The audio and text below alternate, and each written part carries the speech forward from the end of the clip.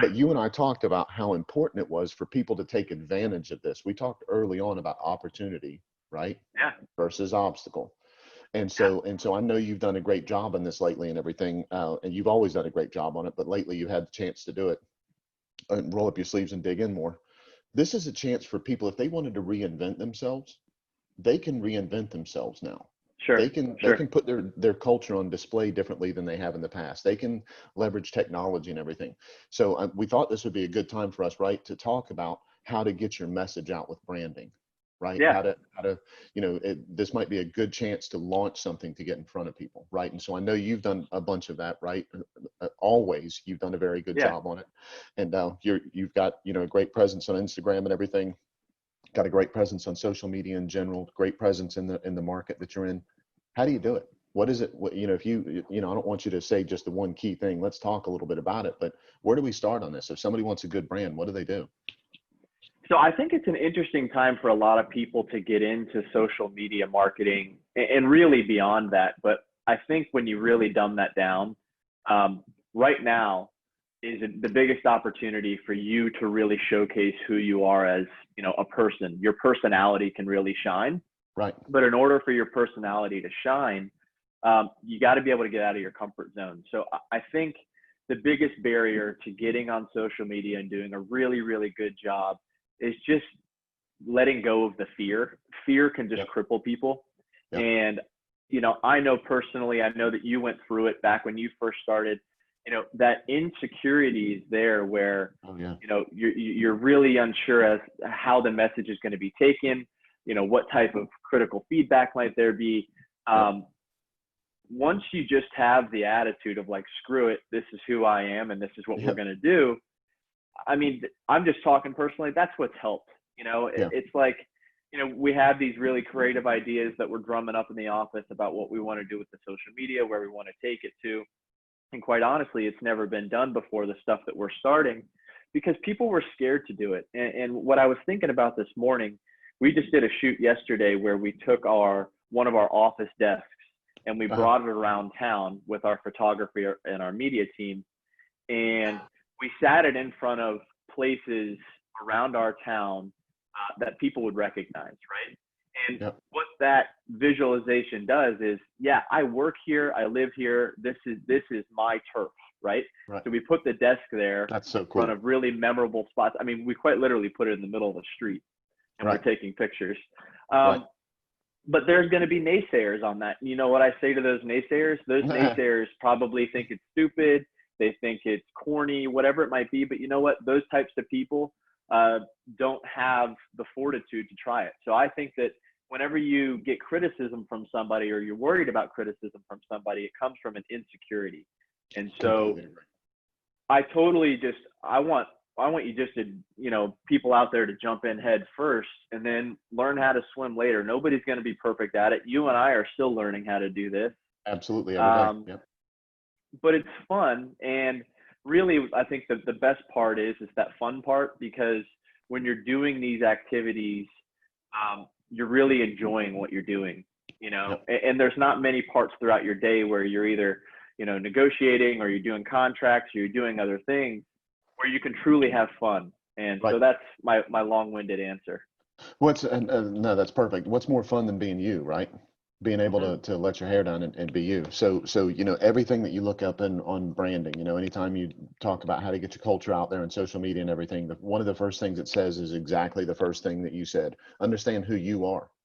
Right. You have to know who you are. And then the second thing you said, you hit the nail on the head again, was understanding your audience. Who cares if they don't think it's a good idea for you to have the desk in the middle of the road, right? Screw them. That's not the one you're trying to do business with anyway. Don't you want to do business with people like you, right?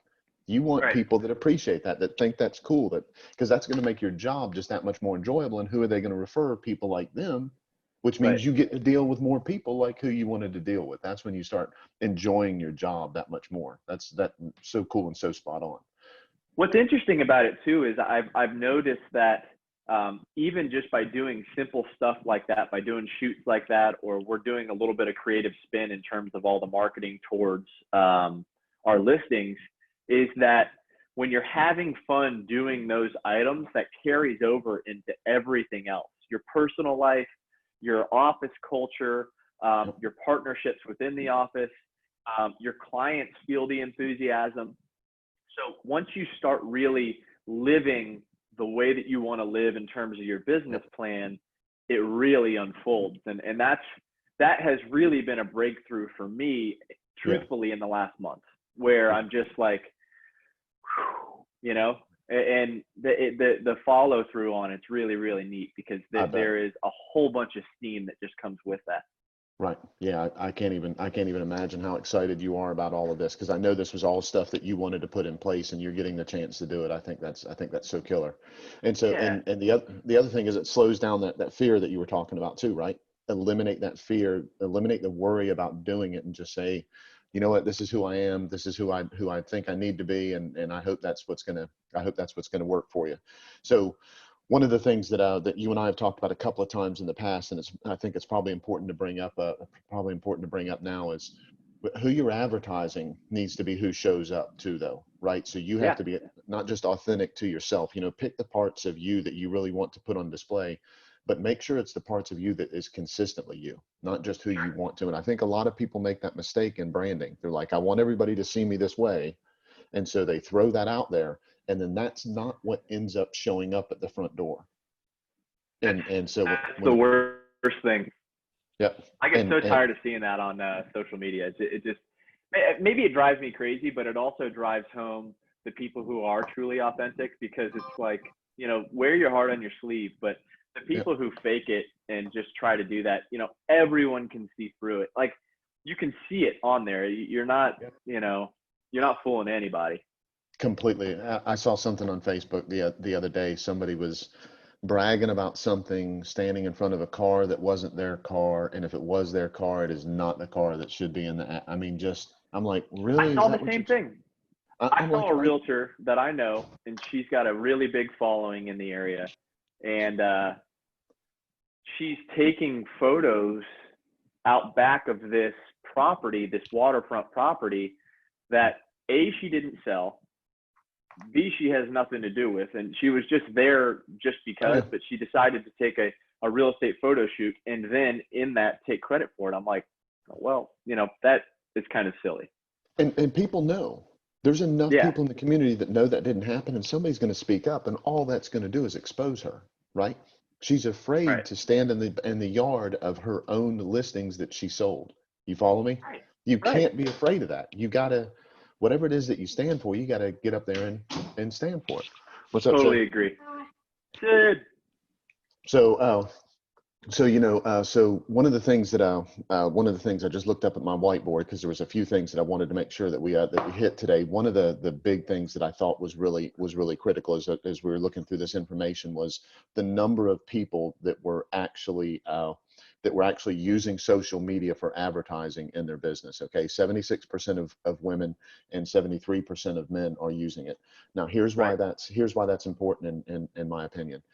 The average age is still 56.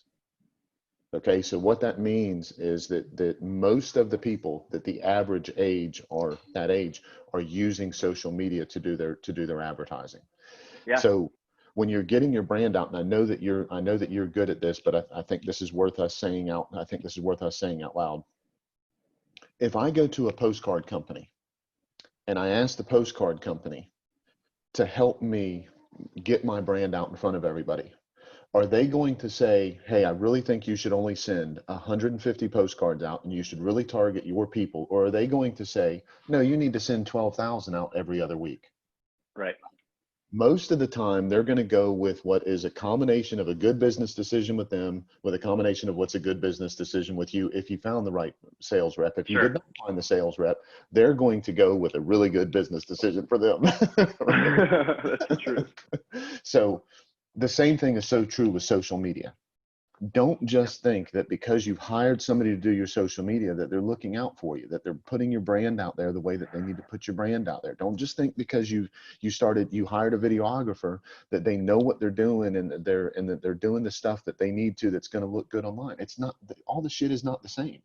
You got to find something that is going to, that somebody is really looking out for you, especially when 76% of people are using online media to push their brand out there. 73% of males, 76% of females. And so we want to make sure that we're pushing the right message out there to the right people, to the right way. So guys out there in podcast land, you got to roll your sleeves up and understand, dig in, understand the importance of content, understand content. We're in a culture of content convenience, right? So people are absorbing what they want to absorb. People are absorbing it when they want to absorb it and how much of they want to absorb it. If you are not entertaining, guess what they're not going to do? Right. They're not going to tune in. Yeah.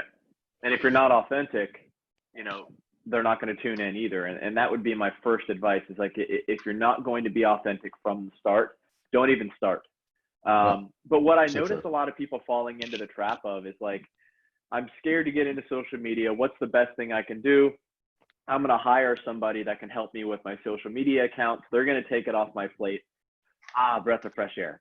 Right. Wrong. The expectation is wrong there. What you really need to understand is that if you're going to do this and do this at a high level, just like anything else in your life, if you're going to, work out and you want, specific goals in the gym, that doesn't just come by like, oh, okay, I got a trainer, right? That's the way you got to look at it. It's like, okay, just because you hired a trainer doesn't mean that you're going to meet your goals. There's a lot of hard work that goes into it, right? There's a lot of planning. There's a lot of edits. There's a lot of redoing. So understand that, when you go into a social media platform and you actually hire somebody, think of that as, you hiring a trainer at the gym. You still got to put in the work. Agreed. However, they're going to help you get